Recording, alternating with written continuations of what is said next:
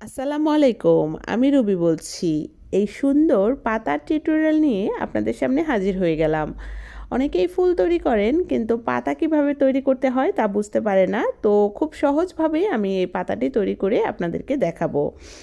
তো এই যে দেখুন, আমি 2.5 মিলিমিটার কুশি কাঁটা নিয়ে স্লিপ নট দিয়ে নিচ্ছি। স্লিপ নট দেওয়ার পরে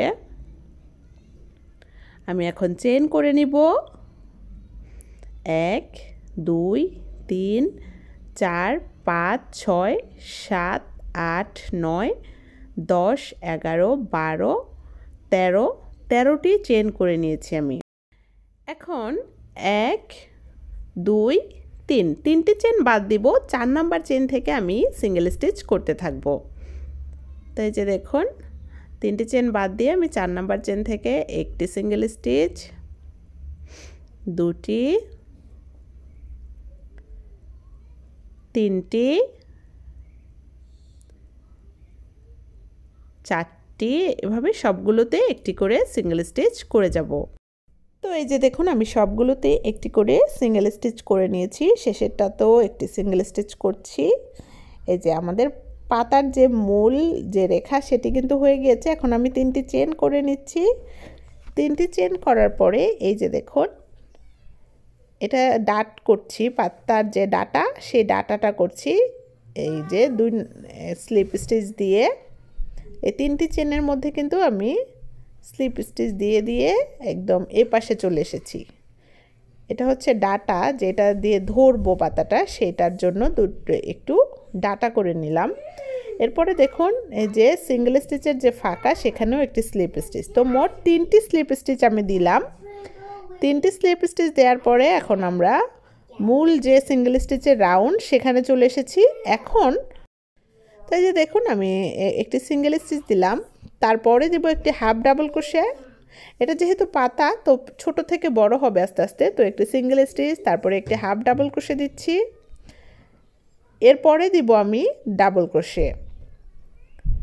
তো সবগুলো যতগুলো আছে সবগুলো চেনে আমি দেব একটি করে ডাবল ক্রোশে। এই যে দেখুন, এই যে এইটাতে একটি, পরেরটাতে একটি, এভাবে সবগুলোতে কিন্তু একটি করে ডাবল ক্রোশে দিয়ে দিব। তো প্রথমে আমরা একটি সিঙ্গেল স্টিচ দিলাম, তারপরে একটি হাফ ডাবল ক্রোশে, তারপরে যতগুলো ঘর আছে সবগুলোতে একটি করে ডাবল ক্রোশে দিচ্ছি। তো এই যে দেখুন, আমি সবগুলো ঘরে একটি করে ডাবল ক্রোশে দেওয়ার পরে একদম শেষের ঘরটিতে একটি ডাবল ক্রোশে দিয়ে, এরপরে দেখুন এখানে কিন্তু মাথার দিকে কিন্তু একটি ফাঁকা হয়েছে, কারণ আমরা প্রথমেই কিন্তু 3টি চেন বাদ দিয়ে 4 নাম্বার চেনে সিঙ্গেল স্টিচ করেছিলাম। ওই ফাঁকাটার মধ্যে আমরা এখন ডাবল ক্রোশে দিয়ে দেব 1 2 3 4 5 এবং 6। তো ফাঁকার মধ্যে আমি মোট 6টি ডাবল ক্রোশে দিলাম। 6টি ডাবল ক্রোশে দেওয়ার পরে বাকি সবগুলোতে সবগুলো চেনে একটি করে ডাবল ক্রোশে দিয়ে দিব।